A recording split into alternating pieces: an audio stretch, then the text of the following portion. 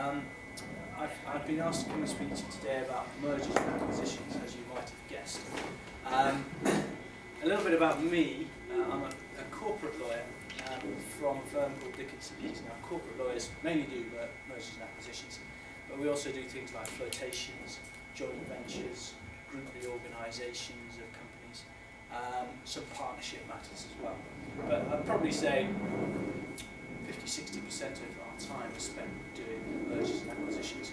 And actually, people use the term mergers a lot more often than they should, really. The vast majority of businesses taking over other businesses are acquisitions rather than mergers. I wouldn't like to say it, but I'd probably guess what I come across, probably 1 in 20 are actually mergers and the other 19 are acquisitions, because rarely are the parties the same size. So a couple of minutes about Diligence, because most of you probably haven't heard of Diligence. We're a law firm, and originally from Newcastle.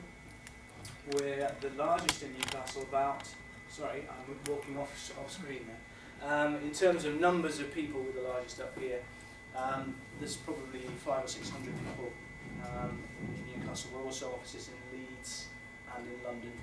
And so that you've got the complete picture, probably the next time you hear of Diligence, it'll be because we're merging with a firm called Bond Pearce, who are a Southwest firm and London firm. So that Bond Dickinson will then be an 8-office, 1,200 employee business. So here we are talking about mergers and acquisitions, and my firm's actually going through one at the moment. So it's been approved by everybody and takes effect on the 1st of May. So it's a hot topic in my workplace. I'm not going to talk about that very much today, partly because I'm not involved in negotiating it very much. But I wanted to give you a bit of a steer on who Diligence are, why we're up here, and one of the reasons I'm coming to speak to you today is that we try to get out into the entrepreneurs and business people of tomorrow, who are you, if you're not already, of course, and get amongst you and get ourselves known, because it could well be that you've got some idea, or you're going to have some idea that has real teeth and good backing, and we'd like you to come and see us. So, that explains who I am and why I'm here. I've got to be tied to this position roughly, because I've got to click. There isn't a walkabout clicker, but I'll try and distribute myself around the room a little bit, much to Michelle's consternation on the video camera. I'm happy to take questions as we go, so feel this to be interactive. I don't want to particularly stand here speaking for the whole hour and you all seem looking glazed over. So fire away with any questions you've got, just stick your hand up or give me a shout. Great, it works. So the things I thought we'd cover for M&A is private companies, because public companies do mergers and acquisitions, but they do a lot less by number than there are private companies. Also because private company M&A is a little bit more straightforward, and we need to start with the basics and build up, rather than going for the most complex aspects of it early on. Just to give you an idea, really all the public company work involves is a little bit more sort of compliance and regulation, and a few more steps to go through. But the basics of a public company merger or acquisition are pretty much the same as we're going to talk about today. What I thought I'd do is outline a typical process from start to finish for the sale and purchase of a business. And obviously you're getting this from a bit of a legal angle rather than any other sort. But I'll come on to what the dirty dozen is the fact that I sat down to write these slides yesterday and came up with 12 steps. There's no sort of formula to this 12 steps, they just happen to be a round number, and I thought, well, rather than having 13 or 14, I'll stick to 12. So this is a dirty dozen approach, my 12 steps to going through the sale and purchase of a business. What I'm hoping to do is give you a feel for that process overall, to introduce some of the legal mechanics to you. Obviously, we're not going to go into a great deal of the law on it all, because I appreciate you're not training to be lawyers and you don't really need to know a great deal about it. But I think an understanding of why things are the way they are and some of the terminology will be quite useful to you if you ever get into this in later life. And I also, hopefully, we'll get to cover some practical points which you may not find in a textbook necessarily on buying and selling a business that you might go and get in the university library, but you'll get something from me which I hope is the practitioner's point of view. This is what actually comes up and really is important in real life. So let's start with what I call step one, the typical process that we go through for the sale and purchase of the business.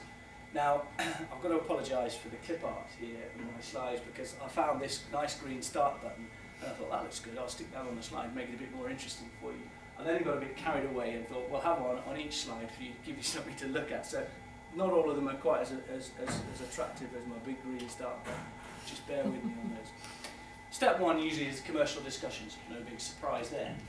You might want to sell your business and you get together with a buyer or two or three or four and have a chat with them about whether they might want to buy it. The sorts of things that need to be focused on, especially from a legal angle, are the shares of the business being bought or are the assets being bought? Michelle, am I right that these slides could be made available afterwards if people want them? So don't feel the need to scribble down everything that's on these. By all means, if you think I've said something particularly insightful, then write it down. But otherwise, you can get the material afterwards. Shares or assets. So if I own a company, typically what I own in it are shares, and I can sell those to Michelle, or the company could sell its assets and business to Michelle. And appreciate the difference. Either I am the shareholder or the company's, either I as a shareholder am the seller of my shares, or the company sells its business and assets and Michelle buys the business and assets instead of a piece of paper that says I own the shares. Okay. So that's a transfer of equipment, plant, machinery, buildings, property, contracts, customers, suppliers, all of that gets transferred over and needs a lot more documentation. Whereas, boiled down to it, I could transfer my shares to Michelle with one simple piece of paper. So transferring shares is a lot more straightforward in some ways, but we'll come on to why it's not more straightforward in other ways later on. Usually the decision is based on tax. Are you going to pay more tax or less tax? Based on whether you buy the shares or the assets. And also, if there's a bit of a worry about some of the business, you might want to take the shares, because if you take the shares, you take all the liabilities that go with it. It's a bit like getting married. Whereas if you buy the assets, it's a bit like having a girlfriend. You can pick and choose which one you have when you have one. Or a boyfriend, conversely. I'm being rather male about that. If you're buying the assets, you can pick and choose which ones you want and leave behind others. Which brings on to the next point. If you're buying assets, it's absolutely critical you work out which ones are excluded from the purchase very early on. There's going to be some that you may not like the look of, for example. Let's say the business you're looking at acquiring has 5 sites, 4 of them are profitable, fit well with your business, the other one's not very profitable, it's a bit of a ramshackle old building. You think, I'm not going to buy the shares in this company because the 5th site looks like a real, sore wound in the business. It's losing money and it's going to cost a lot to repair the building, so we'll leave that one behind. We'll buy these 4 sites in terms of assets rather than buying shares. Again, unsurprisingly, a bit like when you're buying a house, one of the things that people focus on in the commercial discussions is price, because there's usually some negotiation there, and there's also some negotiation in terms of how that price is to be paid. Am I paying cash, all of it up front? Am I paying half in cash and issuing shares in my business to you as the seller so that you become a shareholder in my business? That can happen as well. Is some of the price deferred until later so that you get half now, half in 6 months' time? Or half now and 25% 6 months and another 25% the year after, provided you meet certain milestones? So you see there's all sorts of ways that you could cut the pie there of working out how the price is to be paid. Timing is critical, not least because usually the people involved, between them, let's say there's anywhere between 2 and sort of 20 people involved in the sale and purchase of the business, they often go on holiday, and you find that the deadlines have to fit around their summer holidays. But no, more seriously, timing can be very important. For example, if a business is seasonally fluctuating in terms of profits. A buyer will want to buy it just as it comes into the prime rather than at the dog end of the year where it's going to have to live through a period of very low profits. Also, timing can be important from the point of view of getting necessary consents and permits in place, which we'll come on to a little bit later. Maybe I would say that I'm not going to buy this business unless a permit is granted for it to operate in these 3 other jurisdictions, because that's what I plan to do with it, so I want to make the purchase conditional on that, obtaining those permits. I must just add that I haven't actually had much time to run through these slides, so I'm a bit surprised by the points as they come up. But I did prepare them, I just haven't had time to go through them all and get it absolutely polished, as you might like. Funding. Clearly, most people don't have enough cash to buy businesses straight out, and they're quite often borrowing. Perhaps less so now than they did 5 years ago, because funding is harder to come by than it was during the boom years. But funders, i.e. banks usually, need to be engaged with, need to be convinced that the transaction is a good one, and need to get through their sort of funding committee approvals. So there's some hurdles to be got through, and if I'm a seller and I find that there's 2 buyers, one's going to buy from me cash and the other's going to buy with a 70% loan, I might quite likely favour the guy with the cash, in the same way as if you're selling a house. If somebody's got cash and they come along, cash is king, you usually take that rather than somebody who's conditional on getting their funding approved by somebody else. Okay, last of all, approvals and consents. As I said, for example, there might be competition authority approvals you need, merger clearances. There might be Environment Agency approvals and consents needed. There might be other sorts of regulatory. Let's say it's a gambling or gaming business, you have to get your license transferred from one owner to the other. So you get various types of approvals depending on the industry that you're in. One of those consents, for example, can be from your own bank. Let's say I've got a company and I want to buy another one.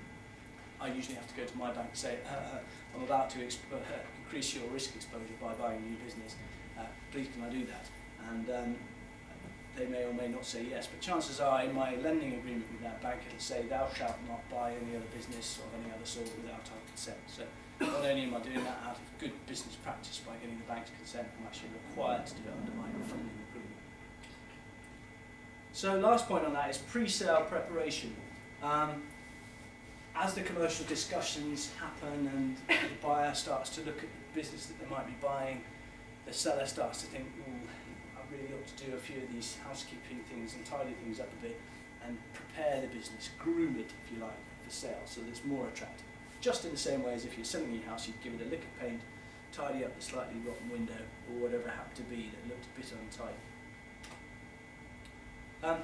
Typical process then, second step, is where we get to heads of terms. Clearly, parties have sat down, had their heads bashed together by one another and their commercial advisors, and they need to get to the point where we have some heads of terms agreed so that everybody proceeds with the transaction with a reasonable degree of certainty. What you don't really want to find is that people have said, yeah, I like the look of your business, I'll buy it for you, from you for £4 or £5 million, and then you get weeks into the process and actually there's a whole load of other things that really need to be agreed, and people haven't done that, and then we'll start to fall off the deal because you should have had a set of written heads of terms that scoped out the key elements of the sale so that everybody's on reasonably clear ground going forward. Often the key commercial terms that get put into heads of terms still get negotiated because people will have a bit of a chat and then they'll think, yeah, we need to get some heads of terms together, so they'll put some together, they might get some lawyers to help them with it. But often those are not actually finally hammered out, and often there are some others that get introduced as people dwell on the points more and they think, well, what about this other angle we haven't really thought about, we should get that in there as well. So heads of terms tend to blend in a bit with the commercial discussions. Another key point about the heads of terms is that exclusivity needs to be documented. Well, should be from the buyer's point of view. If I'm going on to buy a business and I'm going to spend 4 months investigating and discussing with the management and getting to the point of putting up a whole load of money and agreeing with my bank to do it, I want the exclusive arrangement with the seller that they're not speaking to half a dozen other people at the same time. Because obviously I'm committing a lot of time and effort and money towards this, and if they just go with somebody else, that's pretty annoying. depends from the seller's point of view whether they want to give exclusivity. A bit like buying a car, they might want to get the best price they can, so they get all sorts of different people involved. But I keep drawing references to other things that you buy and sell frequently that we're all familiar with, perhaps houses, cars. In terms of houses, you might accept an offer from somebody, and then you will say, fine, we'll give you exclusivity. I will take it off the market until we reach the point of exchange of contracts, or we'll take it off the market for a month and see how things go. So in the same way with a business, the buyer wants a period of exclusivity with the seller. Now conversely, what the seller usually wants from the buyer is confidentiality, because the seller is going to be handing over rafts of documents, allowing the buyer to come and speak to its management team, to investigate all of its financial records, to speak potentially to its customers and its suppliers.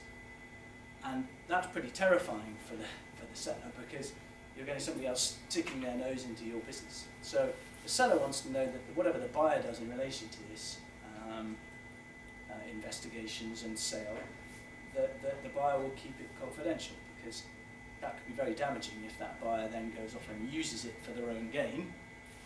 Bear in mind often that potential buyers could be trade competitors of yours. Very damaging if they come in, find out all about your business, then say, oh no thanks. And they go off and they've worked out who all your major customers are, what prices are paid to them, and all that sort of malarkey. You can imagine that it's key for the seller that the buyer keeps the information confidential. So, third step in the typical process, you're wondering what on earth that strange thing on the screen is. Due diligence. I put a graphic there to describe sort of the interaction between man and the mechanics of the business there. Because due diligence is the process whereby people sit down and they have a look at the business in detail and work out its strengths and weaknesses, and then they report back to the buyer and say, these bits look good, these bits look not so good, and what should we do about it?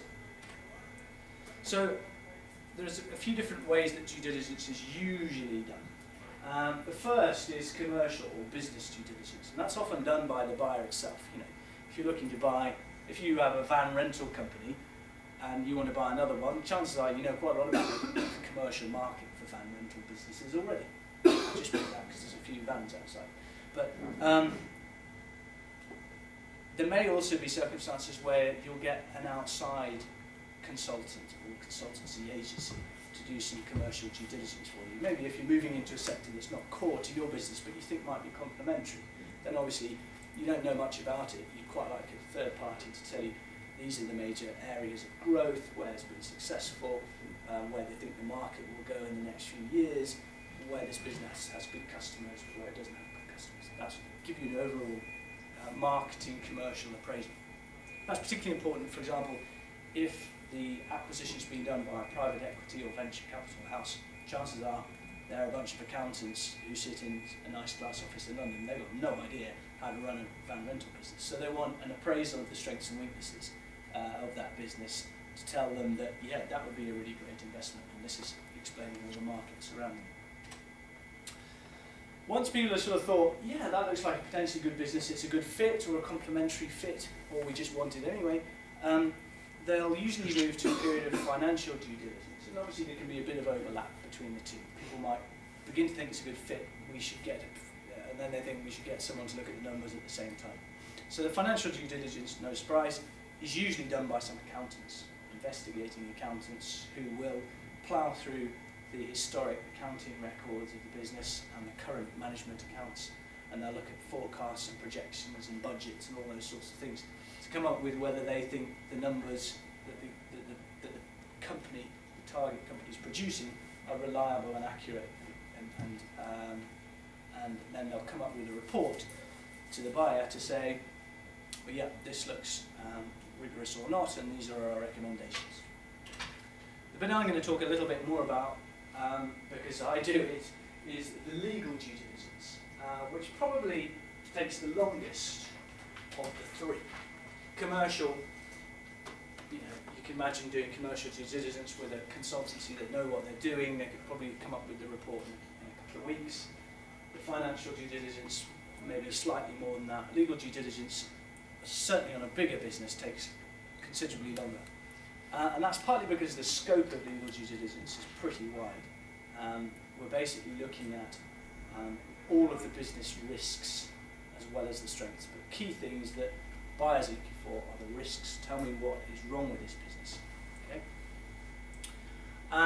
I've put up there half a dozen points of the main areas, if you like, the sort of the headings that would likely to be within due diligence. Clearly, if we're buying the shares in a company, we want to know about the company information, the shareholders, the directors, the registers of the company, the mortgage information, all that sort of key company information that may be available publicly, but not all of it is. When I say publicly, there's Companies House that you might have heard of.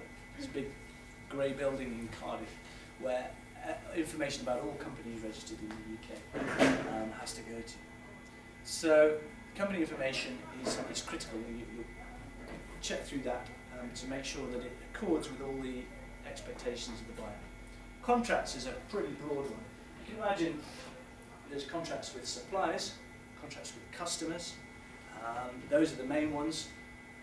There may be contracts with directors, for directors to sell certain things to the company, provide certain services to the company. They can be a little bit more fishy sometimes because clearly the director is linked to the company. There can be contracts with shareholders, which are also sometimes a bit tasty because you can imagine that the shareholder has an interest in both the value of his own shares and his personal gain from the contract with the company. Mainly what we look out for is to check that the terms and conditions that the business uses for its customers and the terms and conditions that it uses for its suppliers are robust and as we would expect. And then we also look at, has the company got high value, long-term contracts, loss-making contracts, has it got contracts which could be difficult to get out of or of a particularly unusual nature. So we're looking for material abnormalities, high-risk areas that could cause the buyer of the business who's looking at this some problems or some things that they may not expect to find. Employees, you can imagine, requires some careful thought because you need to look at the terms and conditions of the various employees. Quite often they won't be standard because if Michelle and I are joined 10 years apart, chances are the terms and conditions of employees of that business have changed over time, so you can get different people on different terms and conditions. You'll also want to look at the key contracts for the senior management because they typically won't be on just terms and conditions like normal employees. Members of senior management are usually on different sorts of contracts because obviously they're more important, they have longer notice periods, they expect better bonus and salary and all the things that go with that. And there are greater restrictions on them in terms of what they do after they leave the business than an employee, say, on the factory floor. Obviously, you're also looking at employee disputes. If there's a long history of people having a lot of difficulty with the business, leaving regularly, raising employee tribunal claims, then a buyer's going to want to know about that because you don't really want to walk into a minefield of a business in which all the employees are unhappy and are leaving and bringing sex discrimination claims or that sort of thing. Property, you might well expect, would be a key factor for a buyer to look at. Clearly we want to know what buildings the business owns, what buildings the business leases, what the terms of those leases are, because leases can vary enormously from a non-repairing lease where I just walk out and off we go, a bit like your student flats, to a full repairing lease where I have the building for 40 years or longer and I have to keep full repairs. I have to repair the roof, the guttering, the windows, everything in it has to be fully repaired. Clearly a full repairing lease carries with it a lot more obligation and risk for the buyer than a non-repairing lease, and there's various degrees in between. Part of that property work will obviously, although not by lawyers, will be a survey of the property, or properties, by proper chartered surveyors. Disputes is clearly a critical one. Doesn't take a genius to work out that if you're buying a business, you want to know what sorts of disputes, how many disputes, the nature of disputes that a business has, so that you know what you're taking on. And then I've just, for the purpose of examples, thrown out a few others there. You'll start to look at the intellectual property rights that the business has, the IT systems and software, and if it's particularly IT dependent, if it's an IT generative technology business, then obviously that's more important than it is in some other sectors. Pensions has become much more talked about recently because of final salary schemes where there can be a large hole which requires funding, and a buyer will be keen to know that there is funding in place for that final salary scheme, or they'll want protection from the seller to say, fine, we'll take on your salary scheme, but we know it's underfunded by £500,000, so we want £500,000 put into a bank account, please, as a retention against which we can draw if we have to pay out in the final salary scheme, for example. Environmental law, more important if you're in a sector that may cause pollution, spills, and that sort of thing. So, step 4 in the typical process. Having asked all of those questions, gathered all that information, analysed it all, there's a period of what we call due diligence reporting. And I could call it a period because there's not really any one particular way that it tends to get done. Usually, buyers will only really be interested in what we call material points only. So that is things they should really need to know about and worry about and do something about. Some other buyers will want what we call full reporting, particularly if they are a private equity house or a venture capital house, or if there's a bank involved, the bank will want a full report, because unlike the commercially aware buyer that's already in that sector, the private equity house or the VC or the bank have no knowledge of that sector whatsoever. So they want a full report saying, this is what the business does in this area, it has this many contracts, and I could go on and on, but it explains the business in a great deal more detail.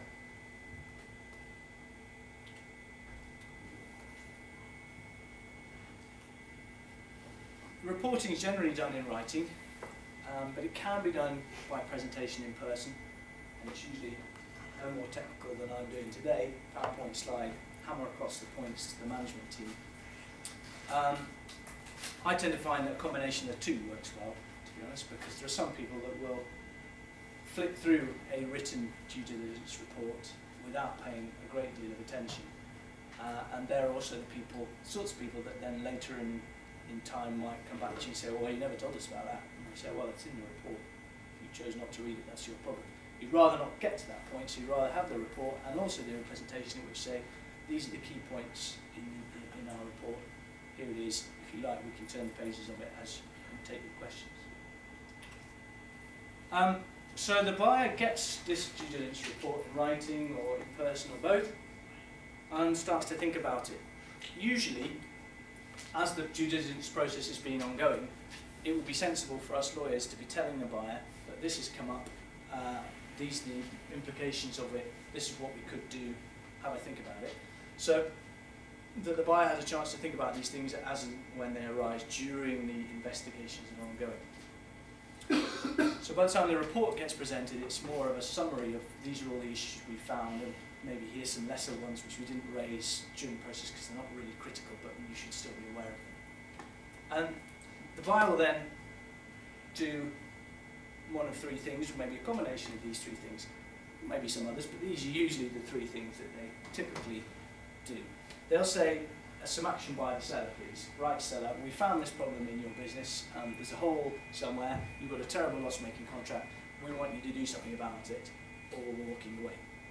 So correction or rectification by the seller. Or the buyer says, well, if you want us to take this on, well, we're going to pay less because we see this as a risk, it could cost us money, so we're dropping our price that we offered initially. And then the third thing, which is usually for slightly lesser material points, is the buyer will do some planning for when it takes on the business, because it'll say, all right, no business is ever perfect, there's going to be some wrinkles, but we can deal with that when we integrate after we've gone through with the purchase. Step 5. We've gone through due diligence, we're reasonably happy. We might be getting some things done about things we're unhappy about, but we need a sale and purchase agreement. I'm not going to go into great detail on this, so don't get too scared and start staring out the window. The typical things that a sale and purchase agreement contains, just so that you've got a bit of an introduction and some background to it. Firstly, the mechanics of the sale. So it's telling us how the sale is going to work and what's going to happen. For example, the conditions that might be attached. I'm not going to buy your business unless we get a permit for me to operate in Honduras and Korea.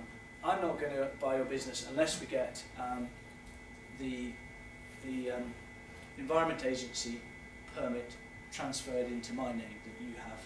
I'm not going to buy this business unless we get the Water Authority permit transferred into my name, because you have to have a permit to discharge water into waterways, for example.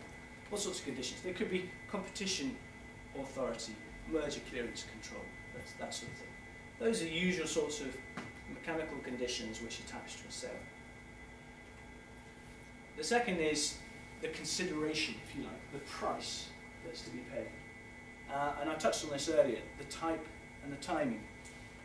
Am I paying in cash, totally, or am I giving the seller cash and also shares in my business, in the combined businesses? What is sometimes called consideration shares being issued in the buying company.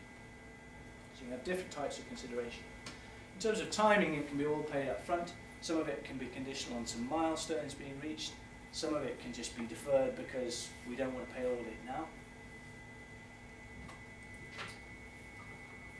I mentioned earnouts, which you can probably guess what they are. If I buy Michelle's business, I might think that it could be profitable and fit very well with my business, but I don't know a great deal about her business and I think she's very good, so I want her to stay on. So she takes cash for her shares, but she comes on board to work in the combined new business as a senior management employee and director. So I would like then her to be on an earn-out, which is that she doesn't get all of her money up front. She gets, say, 70–80% of it, and then she gets the rest if she meets certain milestones in her performance or the business's performance. Let's say she promises me we're going to improve turnover by 10% for every year for the next 10 years. Well, put your money where your mouth is, and you can have your value for your business paid out to you if you reach that milestone. So you effectively earn out your consideration value. Finally, sale mechanics are put there because sometimes there can be a split between exchange and completion. Exchange and completion are two key steps in the sale and purchase of business. You probably come across them because if you've ever bought a house in this country, you'll understand what exchange and completion is. Michelle's sort of sighing there as I look at her. Exchange of contracts may mean that we both sign up today, the 13th of February, and we agree that on the 28th of February, last day of this month, we'll complete. So that we exchange contracts on the sale and purchase of the business or a house, and that means we're going to go through with it, and it's going to happen on a certain day in a few weeks' time, or it could be a few months' time. Now you can see that you might want to split exchange and completion if you've got some conditions, like we talked about earlier, permits, consents, approvals being transferred. You might also want it, frankly, if you just need a bit of time to get everything smoothly lined up so that on such and such a day you take over buying the business. Let's say it's a trading business like a builder's merchants. If you agree to buy somewhere, you don't really want to necessarily take it over at midnight that night from when you just signed a contract. You might rather fit it in with the end of your month trading or the start of your new financial year, when it's going to fit a lot better and be much easier for you to integrate. So you can have a split between exchange and completion. Now the reason I put that up there is because it can be quite a big feature of a sale and purchase agreement. Obviously at that point I've committed to buying the business as a buyer. So I'm pretty scared that Michelle might just run the thing into the ground, sell it to somebody else in the meantime, terminate all the contracts with customers, sack all the employees, put a nuclear bomb in the pension scheme. You can imagine all sorts of things can go wrong. So there can be some quite detailed provisions on what happens if you've got a split exchange at completion, and what happens in that sort of ghostly period in between where it's technically still in Michelle's ownership, but I've contracted to buy it on a certain day. So that it's a difficult time, and buyers will want to be keen to protect what they're going to take on by having a lot of controls in place. We talk mostly interchangeably about buying the shares in the business or buying the assets of a business, but I introduce you at the start to the difference between them. And if you are doing an assets purchase, that is taking on the buildings, the property, all of the employees, then there will be employee transfer provisions, what are called TUPE. You might have come across that at some point in business.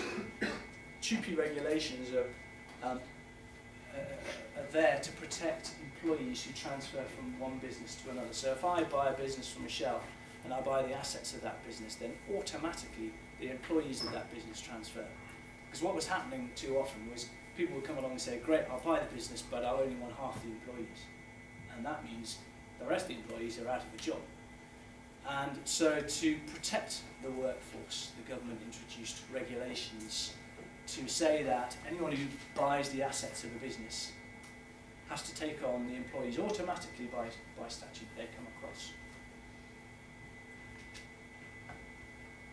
Clearly, all those employees coming across means that the buyer will want some protection from the seller to say that if there are people who say they're being made redundant or dismissed on the basis of this transfer, if they start to bring a claim, then I'm going to say, well, that wasn't my fault, it was your fault because you didn't go through the correct consultation procedures in relation to the transfer of employees. So there's a lot of protections there, what we call indemnities, which we'll come on to later, that deal with the balance of risk between buyer and seller on the transfer of employees. Because clearly if you've got a business with hundreds of employees, the risk of a claim by many of them can run to a lot of money, and a lot of management time, and a lot of hassle.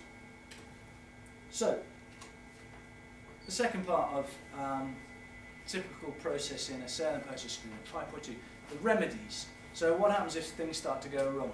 Why do we have remedies? Well, in English law there's a principle which goes back to a Latin description, caveat emptor, which is buyer beware. And it's exactly the same if you go and buy a car or a van.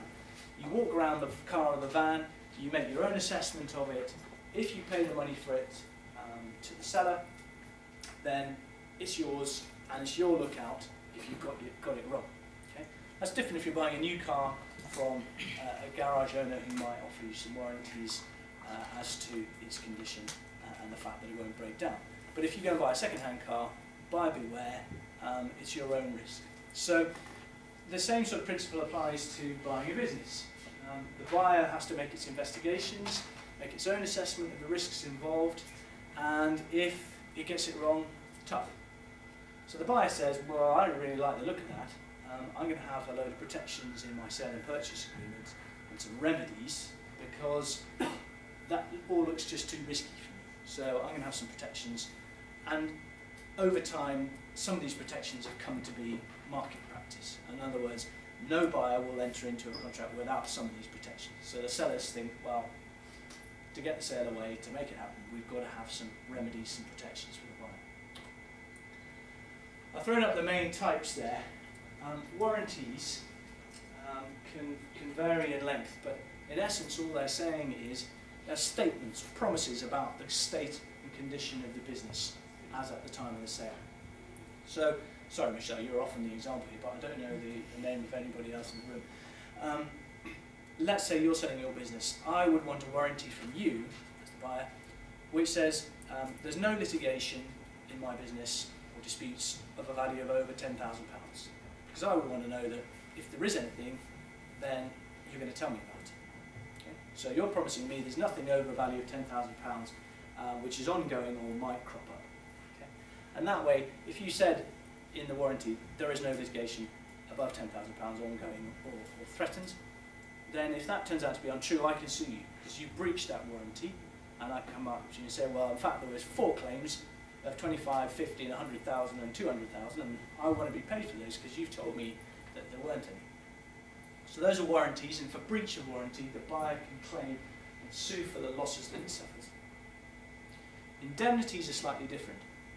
Indemnities are for a specific risk that I find out about. So I find out that Michelle's business has been pouring down the drain highly corrosive substances just to get rid of them because it's expensive to get rid of them properly in contained vessels, so she just chuck them down the drain. Okay. So we find out that that's been happening, and the Environment Agency has charged you, hundreds of thousands of pounds of fines and told you you've got to clean it up, but you haven't done it yet. And the Environment Agency says, we'll fine you again if you don't clean it up. Well, I would start to look at that and think, crikey, that could be pretty bad. Could cost me a lot of money.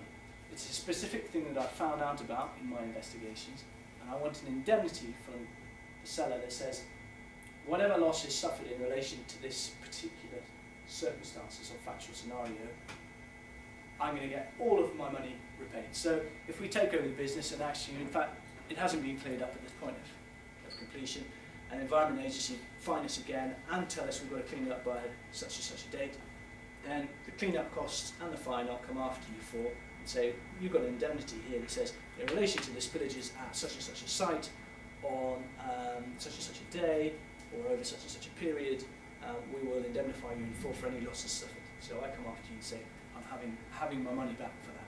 So you can see that warranties can be pretty broad, and there'll be a whole series of warranties, like there's no litigation over such and such a value, the accounts will be properly prepared, there's no contracts which are loss-making, whereas indemnities will be very specific and will be very targeted. Some sales there might be none at all, some there might be only 2 or 3. But they are for particular things that arise, specific risks that are identified. Warranties are there to catch all sorts of things I don't know about. Indemnities are there to target things I do know about in the buyer. Okay? Third point is the buyer wants all these protections, and if you're sitting there as the seller, well, that all looks a bit nasty for me, really. I don't really want to have lots of warranty claims made against me. Clearly there's some things wrong with my business, and there could be some indemnities kicking around which I might get sued for. Then as the seller you're beginning to think, well, I want a bit of a limitation on some of these claims, and I'm going to say, well, you can't sue me for any more than I've received under the agreement. So if I'm paid £5 million for my shares, well, you can't get more than £5 million back from me, because that just doesn't look like a good deal. I'm not going to be liable for more than I've received.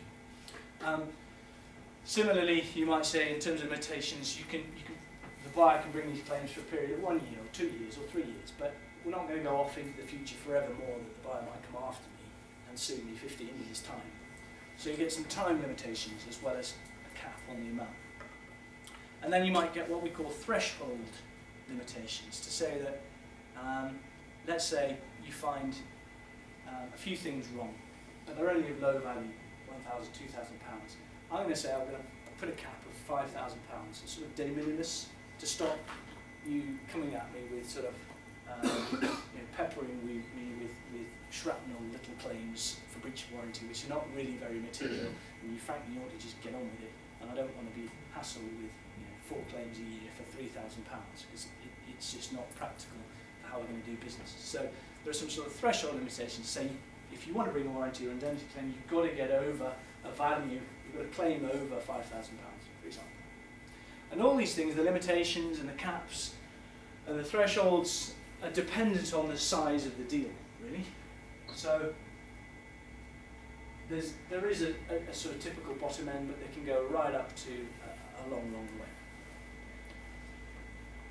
Finally, I'd say on remedies, there are usually restrictive covenants. And those are on the seller to say, after the seller sold his business, or her business, or their business, they won't go and do various things, particularly anti-compete covenants. So if you sell your business, I want to know that you're not going to start next week in a building next door doing exactly what you're doing before, because clearly I've just paid good value and I don't want you to go and compete with me. So there are some restrictive covenants on that. And the restrictive covenants won't be just anti-compete, they'll probably be to stop you going after existing customers of the business for a period of time. to stop you poaching staff from the business for a period of time. Obviously that could happen as well. You go 5 miles away, but you pinch 90% of my staff, well, all my value's gone. If you go down the road and pinch all my customers, a lot of my value's gone. In case you're wondering about these 12 steps, we're hitting number 6 here, and even though I haven't rehearsed these slides very well, we've only got 15 minutes. But the second half is much quicker. There's a lot more to do in the first 6 steps than on the next 6. So the negotiation phase is where the people get together, and it gets a little bit exciting because they start to negotiate the commercial risks that have been identified and have been put into the contractual documentation.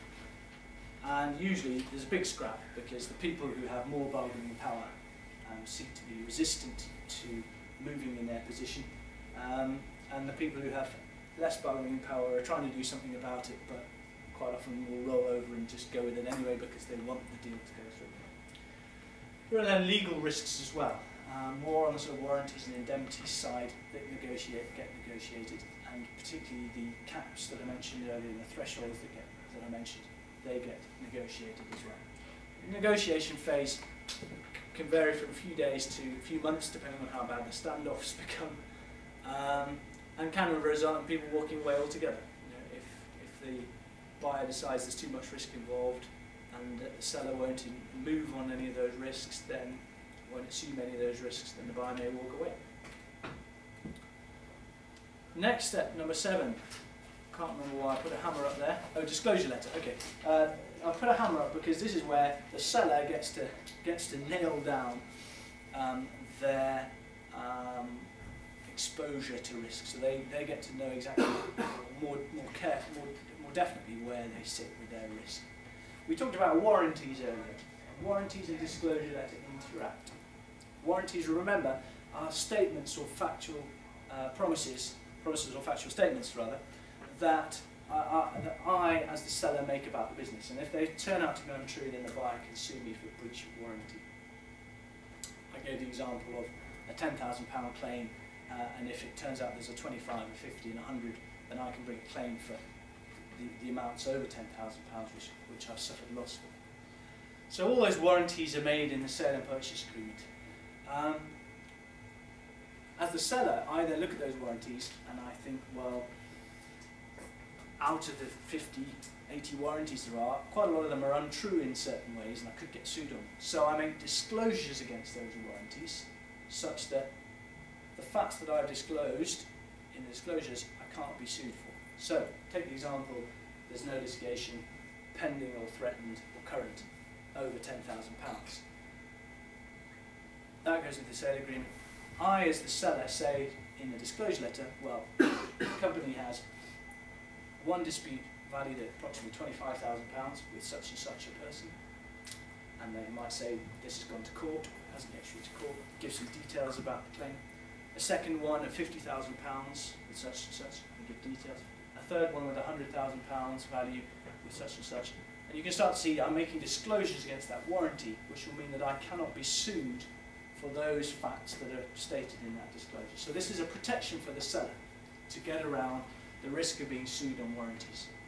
So by making those protections, the seller gets to nail down their risks. I forgot to click the clicker. The purpose between the buyer and the seller is to allocate risk, to say that, well, buyer, you want protection in all these areas of warranties, but the seller will only accept risk for things that they haven't told you about. So we're telling you about all these disputes of all these different values, and therefore you can't sue us on those. It also flushes out, sorry, just before we move on to disclosures, it also flushes out more information for the buyer, because the buyer then finds out that there are all these claims and all these other areas in which the warranties have been breached, and they get an extra layer of information. If they're done in due diligence well, chances are there won't really be any surprises at the disclosure stage. But sometimes there can be, and sometimes you can imagine that during due diligence you might have found out something, and by the time you reach disclosure, a few days, few weeks, few months later, things have changed a bit. You know, the employment tribunal's happened, it's got an outcome. The dispute's been settled, it's got an outcome. The customer contract that was up for renewal has been signed. So you can start to see the disclosures add a final layer on the cake of what you found out about earlier in the due diligence process. You get what are called general disclosures, where I, as the seller, will say, right, I generally disclose all information at the company's house, because you, me, and everybody can go and look it up. I generally disclose all information held with public authorities, because likewise, again, you can go and look that up. I disclose all information at the land registry, because you can go and look that up, about the property and the buildings. And you might try and be a bit more cheeky and say, I generally disclose all of, for example, financial and accounting records, which your people have had a chance to come and look at. There you go. Obviously, there's a hell of a lot of information in all of those, so as the buyer, you'll be starting to say, well, no, we haven't looked at everything out there that relates to this company. We've only looked at these certain things. So we're not having all information disclosed against the warranties.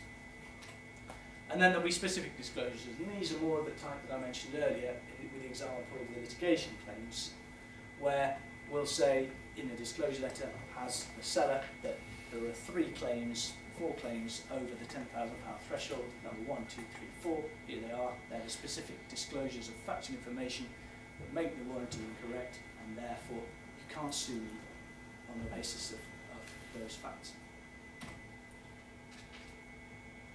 I think I put further information there mainly because that allows, as I've just explained, further information to flow from seller to buyer and out of business. Once again, there's a period of negotiation because the buyer will look at what comes out in the disclosure letter from the seller, and I'll start thinking, it's not really very clear to me. I've heard a bit about it, maybe in due diligence. We didn't get any more information from them, even though we asked for it. They've now told us something else about it. I think we need to negotiate this so that the disclosure doesn't just count against the warranty and there's no liability for the seller. We want to negotiate this and change the wording, find out more information, and get more from the seller.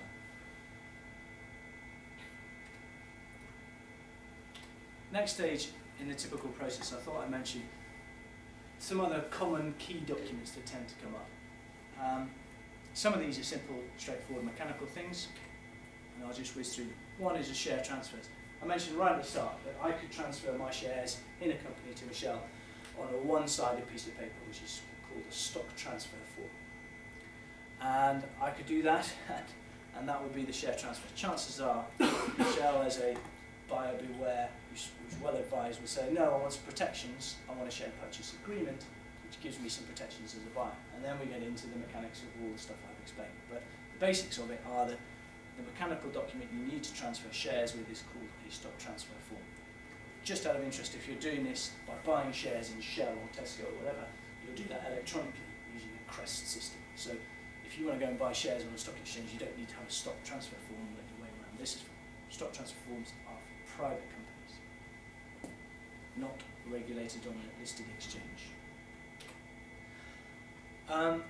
Other common documents you tend to find shareholder consents. If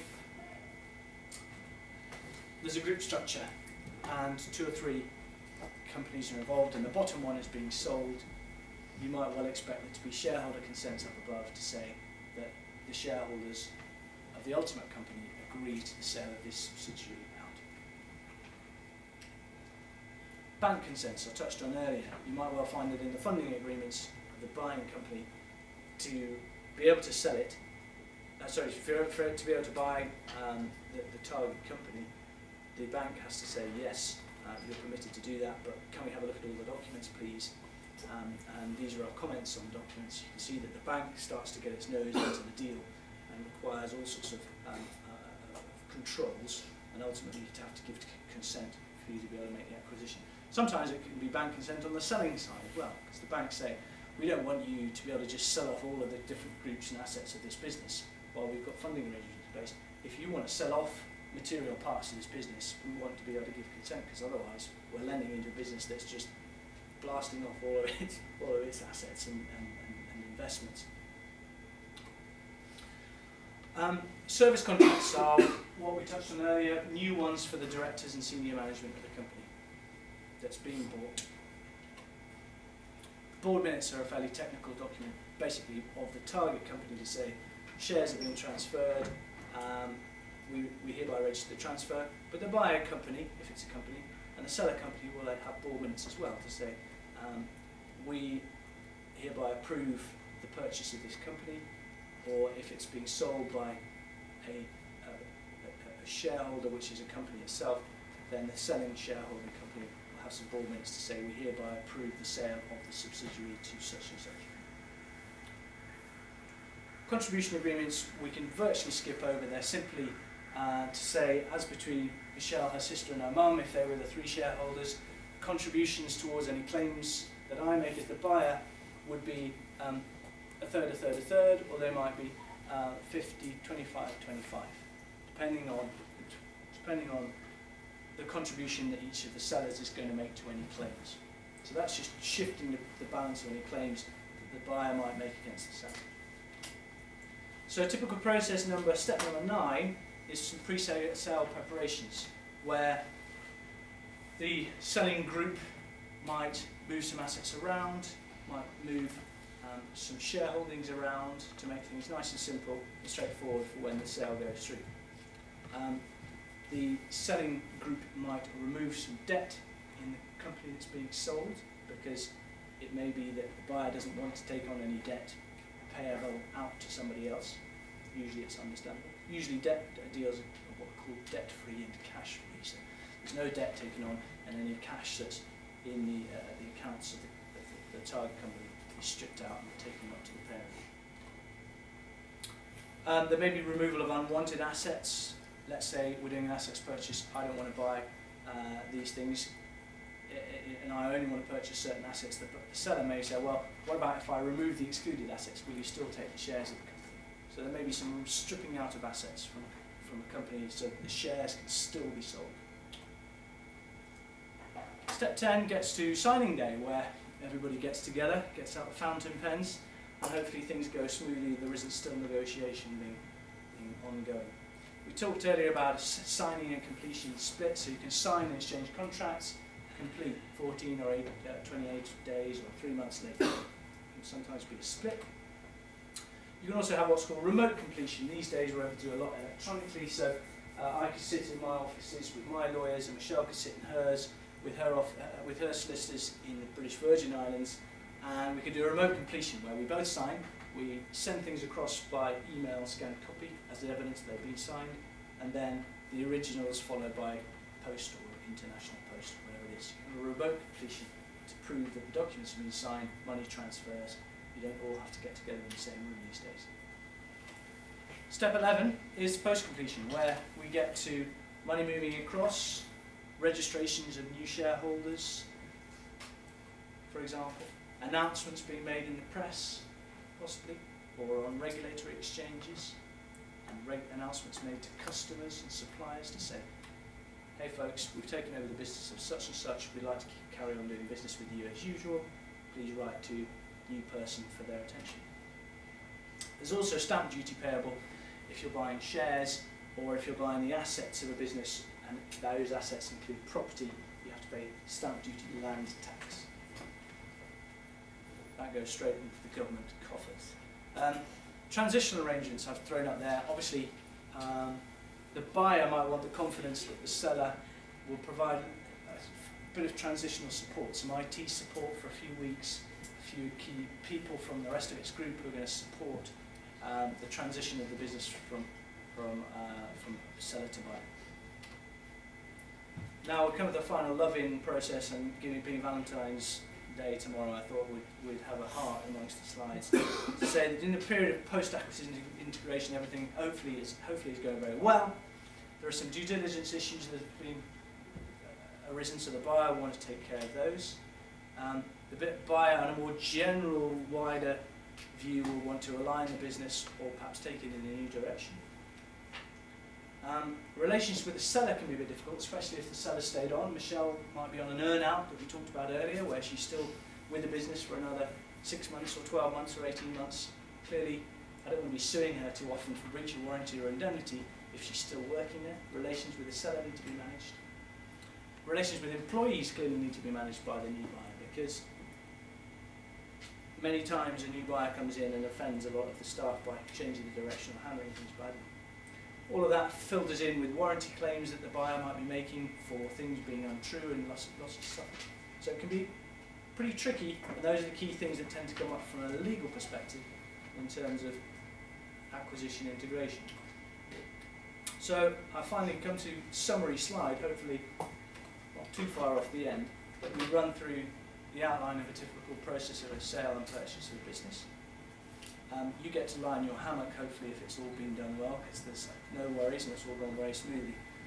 We've touched on the legal mechanics that are involved, and I hope that there have been a few practical points you can take away from today. What I've done is throw up on the final slide there my details, so that if any of you want to get in touch, you're very welcome to do so. That building is where I worked on Keyside. In case you're ever coming to see me, you know what you're looking for. There's been a bit of a canter through, because obviously there's a lot of information and there's a lot of variations on the issues and the material that I've explained there. But I try to sort of stick down the middle tack of what tends to come up and give you a feel for it. Where do we go from here, Michelle? If there are any questions, anyone want to make them? I can hang around if you're a bit shy of asking in front of everybody else. Have you got something else? No? No, that's okay. Okay. Well, one, I'd like to thank Will in the usual way for a very insightful presentation, and I'm sure it's given us a lot of background information about where they're going with their project as well. So thank you very much. If there are any burning questions, then you could either address it to Will now, or you can see him afterwards, or you can direct them to me, or directly to Will via. Questions from the floor if you want. Otherwise, I'll see if anybody wants to speak to me after.